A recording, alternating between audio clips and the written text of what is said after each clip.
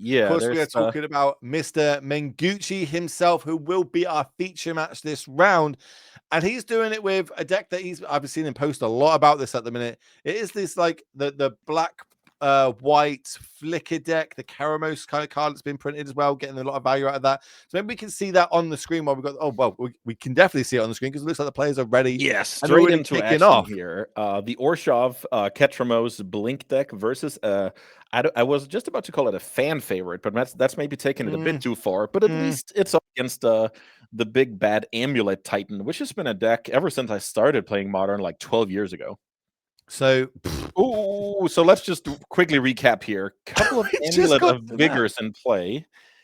The green pact searching for a Titan. Then all of a sudden you can via the bounce lands and double Amulet, you can attack for lethal that turn. So from where I'm sitting, that was a swift win for the Amulet Titan deck. As I was saying, let's have a look at the deck list on the screen, as that showed exactly why. Like, you know, I'm a big Modern player. This is my format, my favorite format to commentate on, to play, to watch. The deck that has been so consistent in this format for so many years has had bans, but Titan is just so good in every meta that has been broken. It's still retained itself as one of the best decks in the format. It's just really hard to pilot well. It sure is. So let's quickly start off with the Orshov deck here, which has kind of been brought to life by the printing of Ketramos. This card is rewarding you for blinking stuff, for exiling stuff. So all of a sudden, with a format where Graveyard Hate is going to be important, then all of a sudden a card like Relic of Progenitus is both a haymaker in a bunch of matchups and is enabling you to outdraw your opponent with Ketramos. So with a card like Philia, blinking, Emperor of Bones, exiling from the graveyard, card Ephemerate, you know, the Solitude. There's just a lot of incidental exiling going on here. And then all of a sudden you have a tier 1 Modern deck. So pretty excited about that one. Yeah, this is the hot favorite, right? It's got the cards in the main that can deal with Breach, i.e. 3 relics in the main. Great. Breach is going to be used in the graveyard a lot if you can start exiling a bunch of it. And as we mentioned at the start of the show, there's so many graveyard synergies, even Delve, etc. If we can start trimming them down early, this deck's going to shine. Big creatures, great. I've got Solitudes, Card Engine, you've got the Overlord. The Overlord being able to flicker it is the real, like, it always seems like this deck's got more cards in hand than I do when I'm trying to do what I need to do. So it's very cool, very efficient. And Mengu has been piloting this so well on Magic Online. So many more paper events around Europe. So no shock that he's bought it this weekend. But is a game down against the powerful Amulet over on Michael's side. Let's have a look at the build here. There's a few different builds floating around. Gone are we now of the days of playing Primeval Titans and, you know, validating our way to victory. There's now graveyard synergies, of course, with this deck and all the shenanigans that it can pull off. Does anything spark, any difference here? I know there's an expedition map. I know Canister was moving away from that a little bit. 2 scape shifts. What are your thoughts on this? Yeah, it just looks like we want to keep as many doors open as possible. So we have the Analyst in case we have to like combo out of the graveyard. We do have the Ursa Sagas, which are both a consistency card because it goes and fetches Amulet, but also some kind of plan B. But yeah, of course, the main plan is resolving a Primeval Titan, giving it haste, and getting in there. We do have Valakut in here for good measure, which is still a good combo Dryad with a single Dryad, I guess. So there's a little bit of stuff going on there that might not be, as reliable. This is my thing about this deck, where you say, oh, we've got 1 Dryad. Well, do we have 1 Dryad? We've got 2 Summons packs. That pain hits up to 3. We've got a way of copying it out of the graveyard. Or like, this deck's got so many different synergies. Yeah. This is what I mean about it. It's so hard to pilot at 100%. Like, unless you've got the complete reps in, and that's why we see like the masses of this deck literally winning so much with it. I think of Canister, I think of Dom Harvey. There's there's so many big streamers that play it as well, like great names. That's just I wish I could learn it. It's one of my bugbears that I don't think I want to spend enough time, because I honest to God think this deck will pick up a ban at some point. But I just don't want to waste my time learning Yeah, the best deck it's in the it's a good format. point that the difficulty of the deck has somewhat kept it in check throughout the years. I do remember it received a ban with Summer Bloom at some point. Yeah, that was a long time ago. That was a long time ago, and the deck kept being relevant, but it's only for the chosen few who devotes a lot of time into becoming a master. And I'm on the same boat as you. I don't want to spend all of that time, but I have huge respect for those who do, and it's oftentimes a work of art. You can also make that argument for just any deck in Modern, really, right? Like maybe not as much so now with the Modern Horizon sets coming out, and that they are basically our format changes. But before that, it really rewarded you for just knowing a deck, piloting Yeah. that deck, knowing what your role was in that deck, and how to attack through it. I think of the greats like Tom Ross of Infect. You always knew Oh he was yeah. playing Infect, but was able to do it in every format.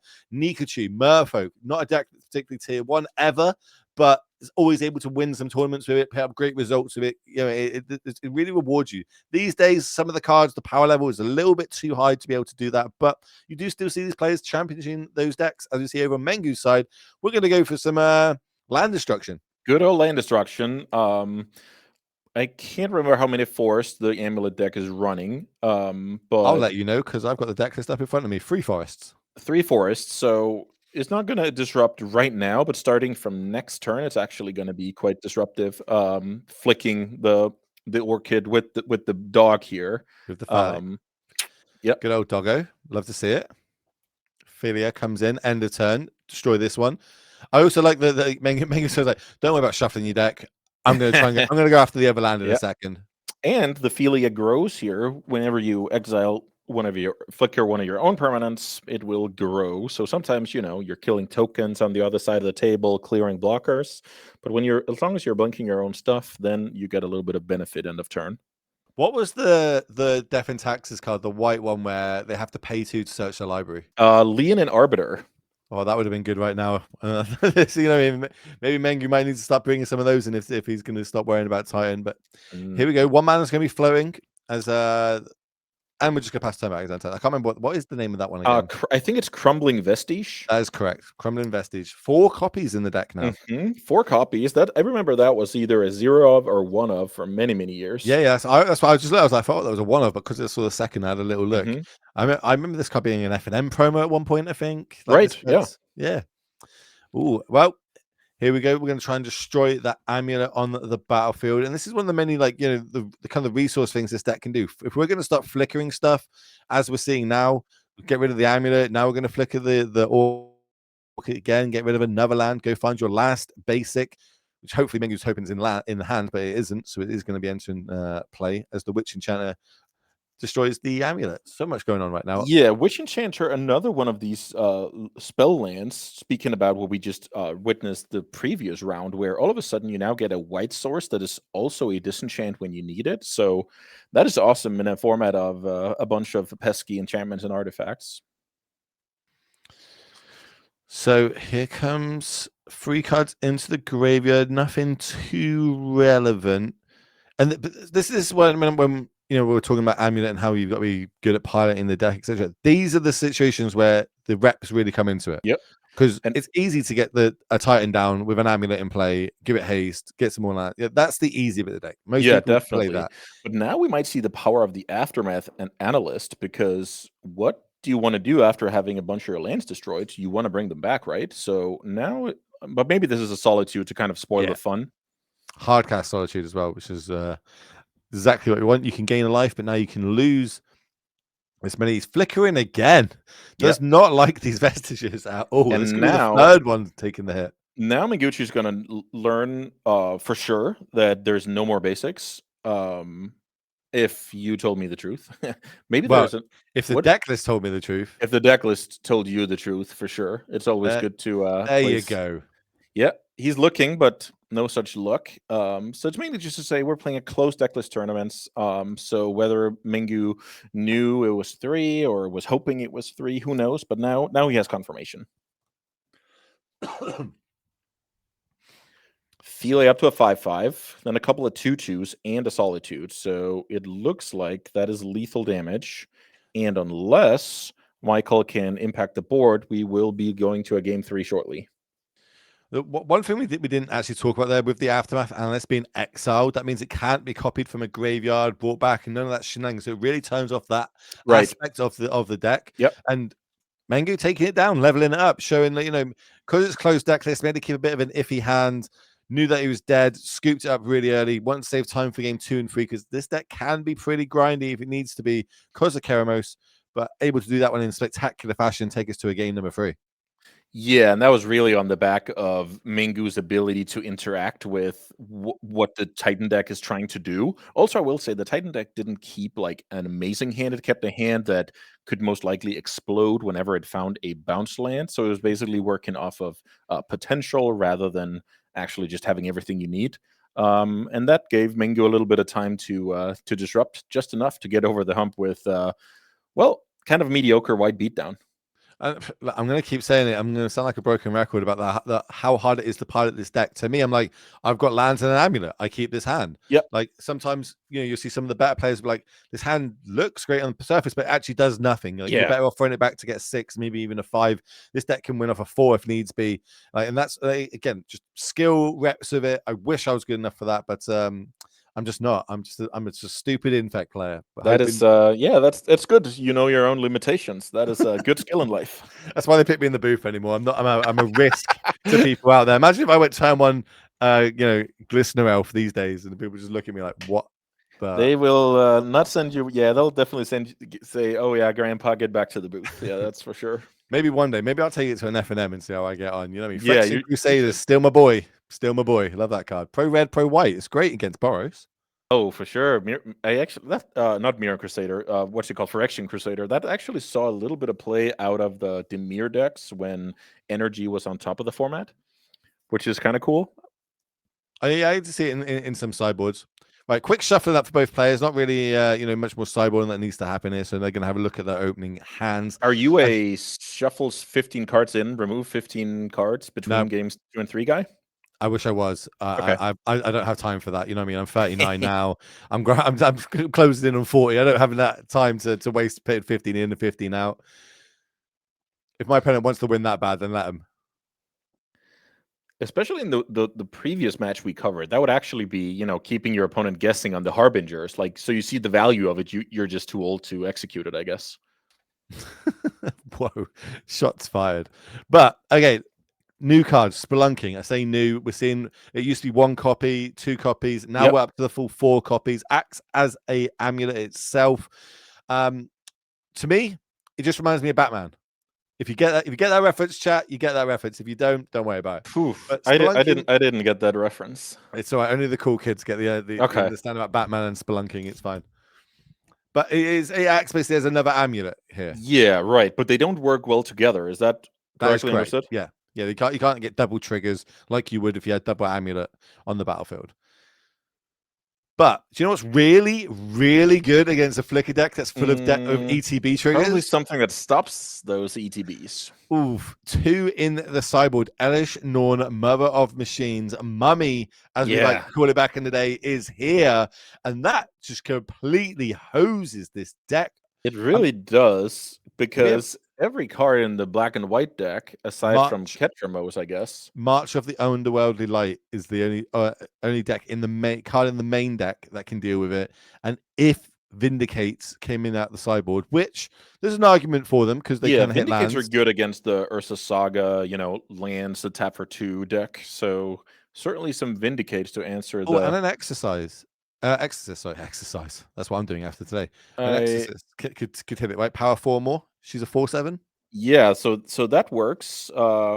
Again, I really love these flexible cards in Modern, because that card started seeing play when the One Ring was legal, and then you could kill, big creatures in One Ring, and that made it playable.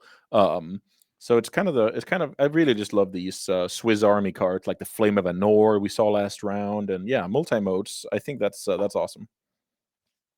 We're just checking that there's enough mana to cast that, because that really. Oh no, I don't think we were checking if there's enough mana to cast it. I think we were checking about the surveil.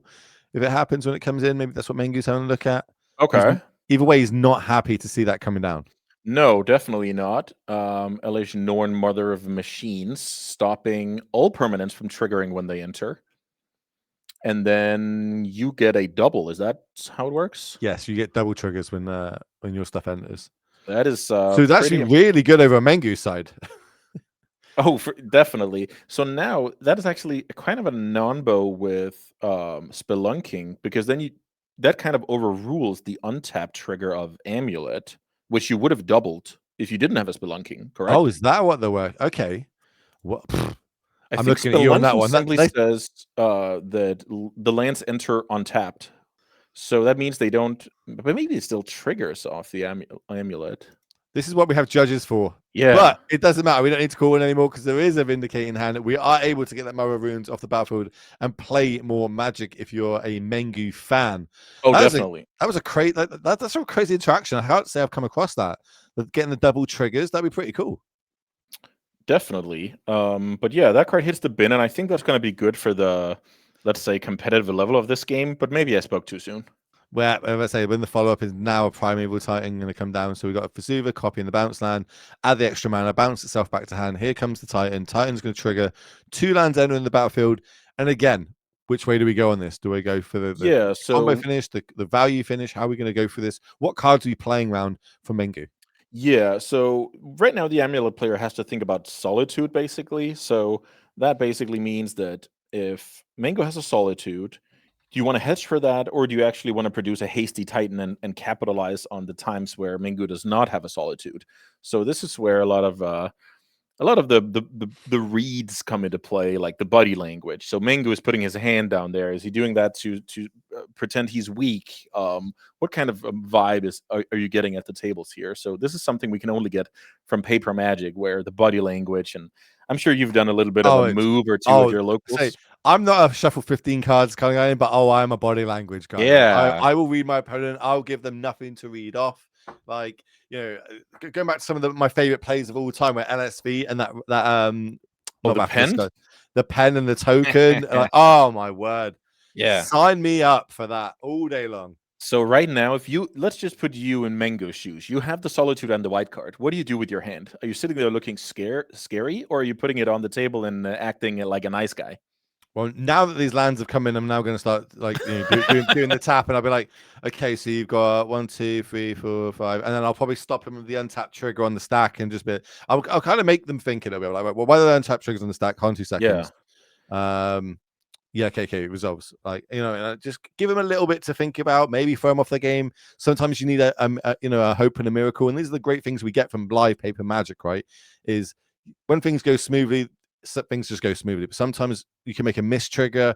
Was it the top 8 of Pro Tour Dominaria? Was it where they missed the trigger with he kept the second card in hand so he couldn't attack with the red god and Yeah, I remember that. It was the Hazaret Hazaret. situation. That's it. Yeah. Yep. I Man, do that was remember good. that one. And Crazy to think that. You know what I mean? There's so many things that can happen in Magic. It's why we love watching it. Hopefully, you're enjoying it at home. And if you do, please hit the follow button on this channel because, as we say, this is not going to be a one-off thing. We have got a series going out throughout the year that if you're not going to take part in, you can at least watch at home. And we're going to have that end-of-year event, 20,000 euros on the line, and we're going to crown ourselves a European champion.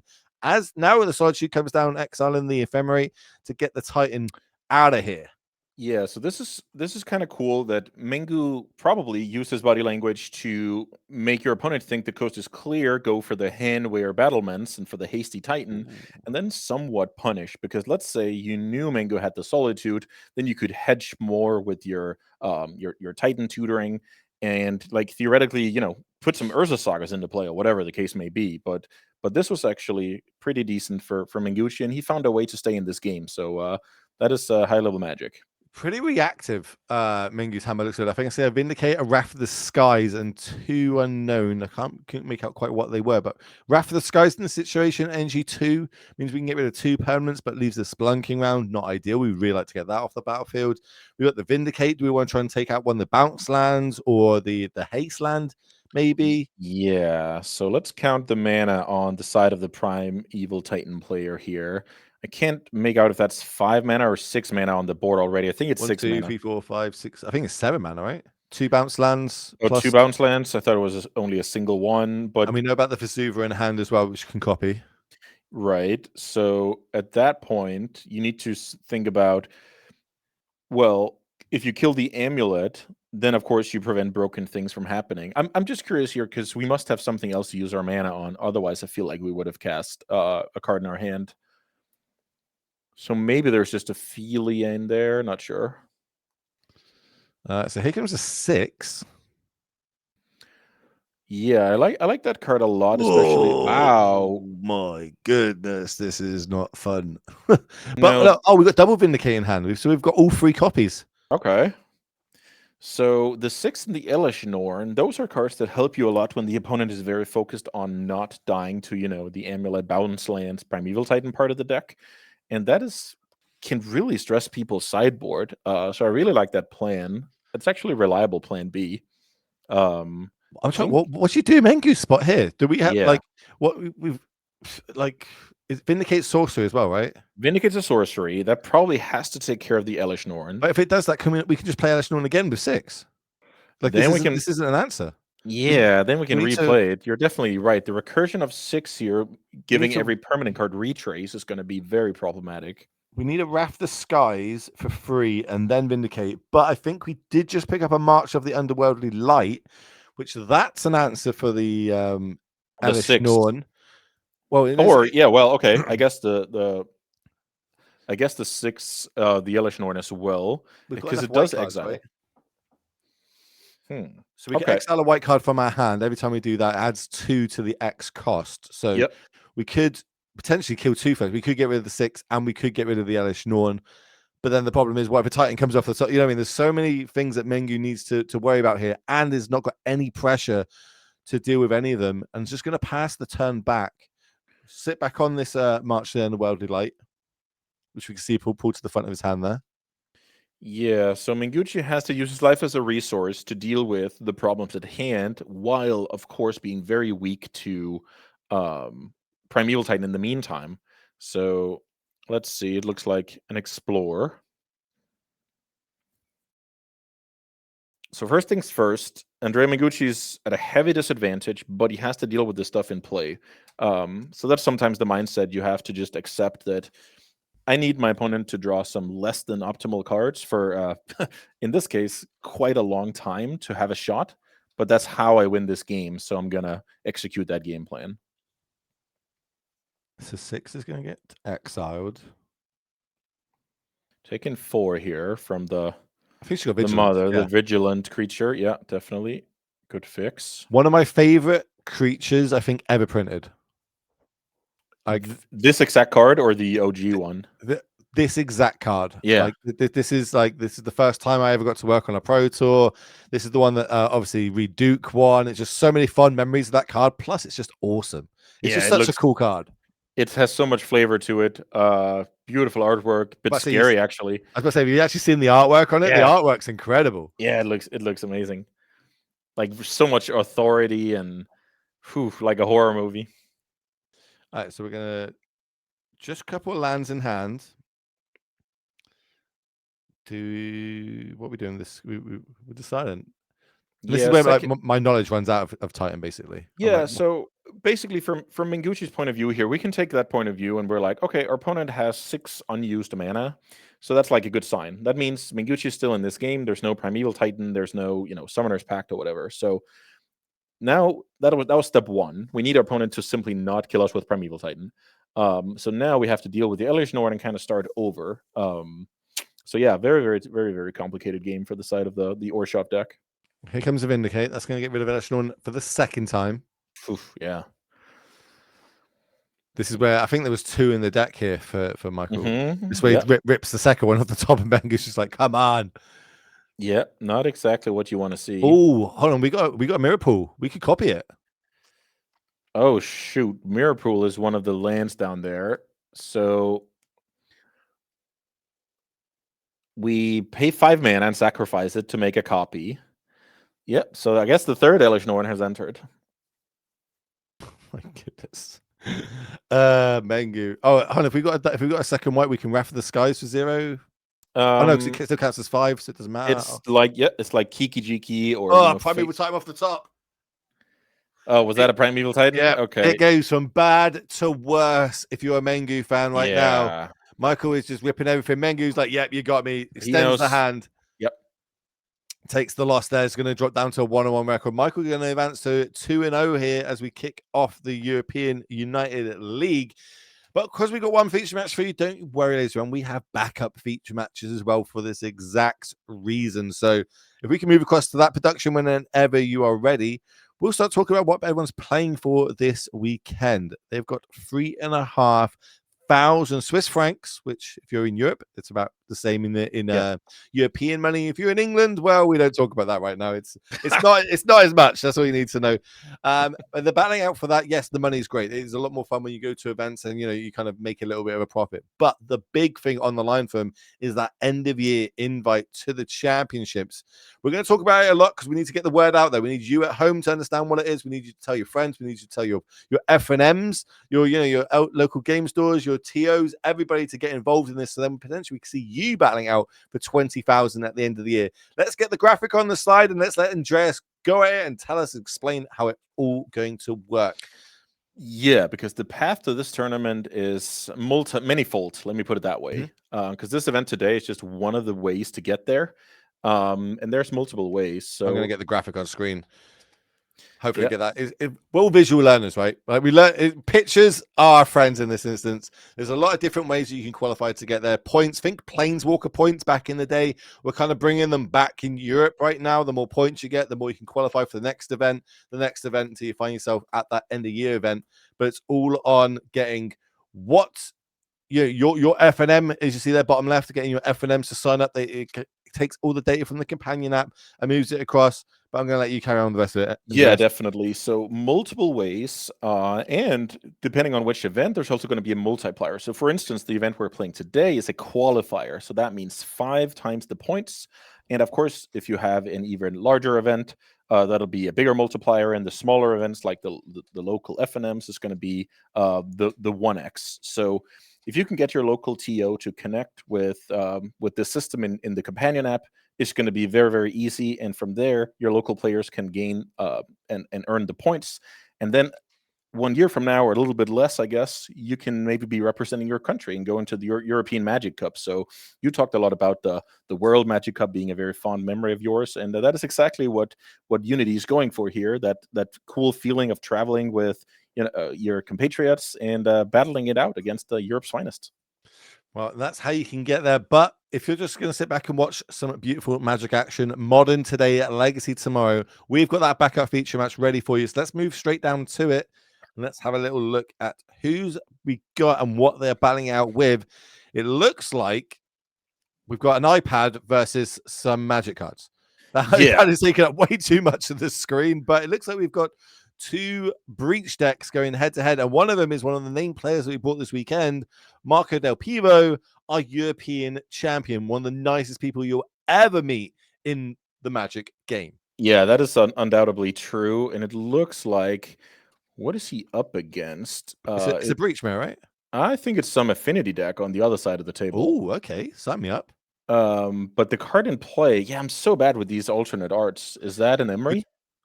So there's an Emery. There's Emery Tameo, I know those. So there's a flip Tameo, a normal Tameo, an Emery, and other than that, everything else is pretty much what you think it is. I think that's an Emery. Okay, perfect. So let's see where we're milling over here. So we're obviously in Urza's Saga deck, and we're in a sideboarded game because I just saw Tormod's Crypt. We will, of course, work on making the frame a bit more viewer friendly. As we're going to move. There you go. We've got it. Oh boy, that was a miracle. Awesome. I was quite looking at just the iPad versus 2 decks, but it is what it is. Yeah, and I wouldn't know who to favor in that matchup, so I'm pretty happy it was actually 2 Magic decks facing off instead. Right, let's have a little look, see if I can see what Aaron is actually on. Saving a little bit of life here with the basic mountain. Ooh, love the colors of these sleeves. Those are really, really cool. It is an artifact deck, as you said. So we've got Kappa Cannons floating around in here, Fort Monitors. What else? We've got some Forecast floating around, some OG draw twos. Oh yeah, I mean, I love that. I love whenever Mox Opal was unbanned, I immediately start thinking about, oh, then all of these, Kappa Cannoneers that they also put into modern can maybe do something. The problem with that is that like a lot of hate cards like Stony Silence in the metagame is good against Belcher, it's good against Breach. Then all of a sudden you're getting splash damage hate from exactly that. It's not ideal. So it actually looks like we're ultimating a Tamio here, Will. Ultimate. Have you read the text on Tamio when she ultimates? It basically says you now win the game. I have actually both lost the game once after doing it and also beat an opponent who did it. So almost. How good is it? Obviously, we've got some legacy action tomorrow. How good is Tamio in legacy as well? It's good. It's a good card that is basically saying if you don't kill it, this is going to be like very good for me in the long term. And but if you kill it, it's just only a 1 mana investment, just a 1-for-1, and not the biggest of deals. So I would say that card is awesome, and being blue in Legacy is always an Was an advantage. advantage. Well, here right now, it looks like we've got a camera feed or something as frozen right now, just as Marco draws half the cards in his deck. So we're gonna see what we can get that sorted. Maybe we'll come back to the booth while we kind of try and get that working there. We'll talk through basically some of the shenanigans that happen in modern. Plus, we could also talk about we've got coming up tomorrow some legacy, which I know you're chomping at the bit for, Andreas. I know that is your format, Yeah. your baby. Yeah, Legacy is awesome. But then again, so is most Magic formats. But I like that in particular, mainly because you get to play with cards all the way from 1993, and you can't get to combine it with new cards. So that kind of keeps the format fresh per definition, and you get the nostalgia. You have people. You'll definitely see some nice pieces of a cardboard tomorrow. So yeah, just all of that combined is just amazing. All right. Um, Let's talk about today is modern. yep. Tomorrow we're going to talk a lot about legacy. So today is modern all the way through 7 rounds of it. We're in round number 2 right now, and then we've got to cut to that top 8 where we're going to crown ourselves a champion. There is a bugbear, some would say, right now in the modern metagame. Everyone would say that potentially that this Breach deck is a bit of a thorn in the side when it comes to it. Yes, we've got not only this event this weekend, we've got spotlights coming up, etc. Lots of big modern Yep. events, and yet there's still nothing actually been done just yet about this deck. So we're going to see lots of numbers of it. Got super powerful because of the unbanning of Mox Opal. What are your thoughts on Mox Opal being unbanned and allowed to run free in modern? Yeah, so in general, I just want to say that it's very, very positive that the Wizards are willing to make cards come off the ban list. So I Oh think yeah, I people love should it. focus on that more than a card being potentially over the line, which is kind of inevitable when it comes to Magic these days. So it's more of a you should think about it. It's a very, very awesome that they are willing to look at old cards and reevaluate them. But with that being said, of course, the Breach deck is insanely good right now, but it's also beatable. So I don't expect this top 8 to be like full of Breach decks. I think there's gonna be a good variety here. Well, here comes a breach. Consign. Breach is a resolve. We're just going to bring it back. We're going to be able to combo off and win the game that Yep. way. So that's how I like Marco. And that's one of the resilient things about this deck, right? And like Marco's literally one of the best players in Europe. Is a European champion. Is able to pilot multiple different decks because he is in some of the best teams in the world. Really took a step in the last couple of years to focus on Magic. Has a day job, but I think he's moving away from that to really focus more on the Magic and try and get a full career out of this. Yeah, it's And amazing. we just saw the Tamio ultimate there, and Tamio basically says you're going to win the game in the next turn or two. You've got half your deck in your hands. You've got no unlimited hand size, and I think that takes us to a game. I want to say game 3, but if the on screen's not completely correct, I would say that you're correct because I did see I believe, Nature's Claim getting cast.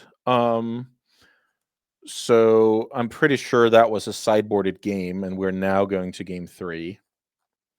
it was the way that Marco was kind of like throwing his deck down. It looked like he was like de-sideboarding to me, and I was like, "It's Marco Maybe he was de-sideboarding?" just going the adding 15, removing 15, like a true pro, like a like a true pro, true going all the way. pro. Yeah, but I'm sure you have stuff like that with when it comes to your day job as well, where people will say that you're doing it like a true pro, and you think it's like the most natural thing in the world. So this is Yeah, just a fish in water playing Magic. You see here. maybe that's what I need to do. If I can improve your game by 1% every single time you play Magic, you will Yeah, be extremely good at this. And maybe one day they'll be calling you, talking to you like how they talk about Reed Duke. So maybe yeah, that's the next step for me. Is I got to shuffle my 15 in, take 15 back out. yeah, for sure. Take Are it to you? the next I didn't level. ask you. Are you? Is that how you sideboard? Oh yeah, for sure. Or maybe not. Maybe I'll do like a more like a handful of cards to kind of keep my opponent guessing, but it has to do with the context. So for legacy, I will just imagine I'm in a matchup and I want my opponent to play into my dazes. Then when I'm on the draw, I'm gonna, pretend like I'm bringing out my dazes. I'm actually telling a believable story here to hopefully get my opponent to sleep a little bit at the wheel. So I'll do like a handful or something along those I lines. have like this. I don't know how informed you are of the Pioneer meta back when we used to play a bit of Pioneer in competitive formats. I used to play the mono green, which is basically a Karn deck, so you never really used your Yeah, sideboard. Your sideboard was part of your main deck. yeah, I always used to have one card that was in the main and one card, the same card in the sideboard. And I used to take one out and bring one in because people, it's famous. You just shuffle your deck and present it back to your opponent. There yeah, is no sideboarding, but doing that we always made them think. So I'd be like, yeah. I think it was like a Cityscape Leveler. So I bring a Cityscape Leveler out of my main deck, put it in my sideboard, take the one out of my sideboard, put it in my main deck. And my opponent will look at me like, you got a sideboard? I'm like, yeah, I got some spice. I got some spice here. Just Yeah, that's a cool one. I do remember that deck. I think that was after I stopped playing it like regularly. I played it a lot in the beginning. I get even an remember arena now. Oko was legal and it was kind of Oof. all over the shop. You had these Uro and Omnath decks, but yeah, then I played some Phoenix. So if somebody forced me to play Pioneer tomorrow, I would definitely try and bring back some Phoenixes. Still one of the better decks in that format. Okay, that's We, cool. we ain't going to see him today, though. We are going to see a lot of modern action, and where we've got Breach versus Affinity. Orzhov Affinity really utilizing all the cheap artifacts that we have now in modern. Try and get that out. Try and get in the superior advantage of cards by things like Forecast, and then close the game out with Kappa Cannoneer. Sorry, I Yep. love this card. Like this card is one of my favorite. I used to draft it probably more than I should have in Vintage Cube uh, to try and get that deck going. Never really Yeah. went well, but this card is so good if you can get it out early. It Yeah. applies so much pressure so quickly. Yeah, that card is definitely king of let's say a fair matchup. The tricky part is that when you play a Kappa Cannoneer in this particular matchup, the opponent's response can just be to untap and win the game.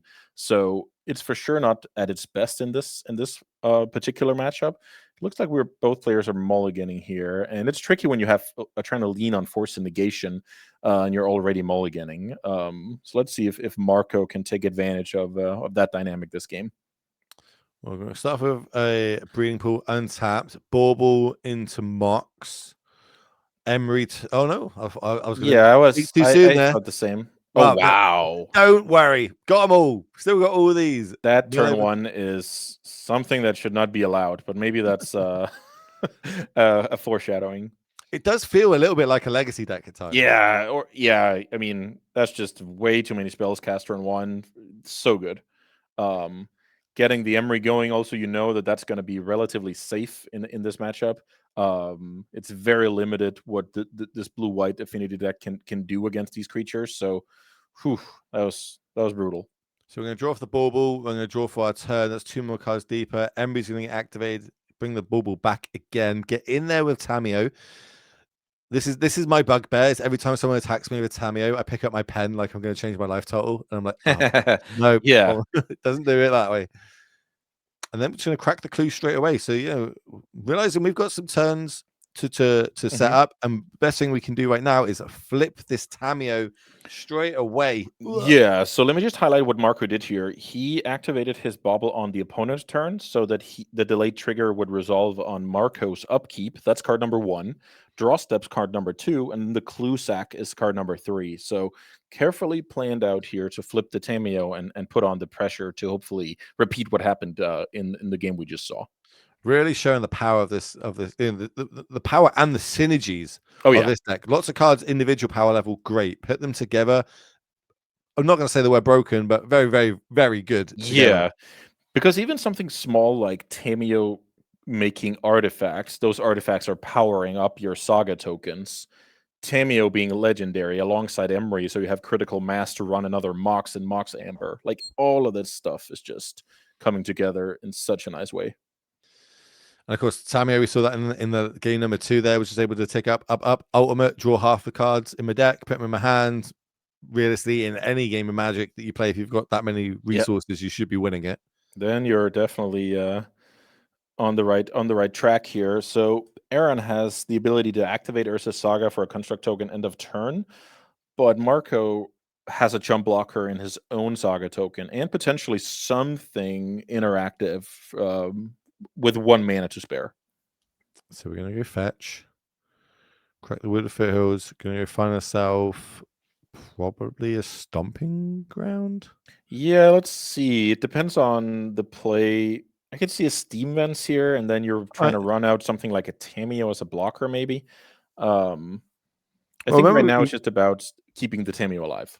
Well, the Tamio tick up does a good job of protecting herself as well, right? All creatures attacking, I get -1/-0. Yeah, the artifact count is relatively high on the side of the affinity deck, so thanks to those Darksteel Citadels.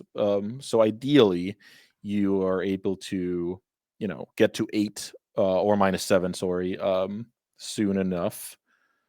Let's see. So double bauble triggers means Marco's going to draw 2 in Aaron's upkeep. And Untap's got another trigger with the Urza Saga. We're going to generate a construct token before we go searching.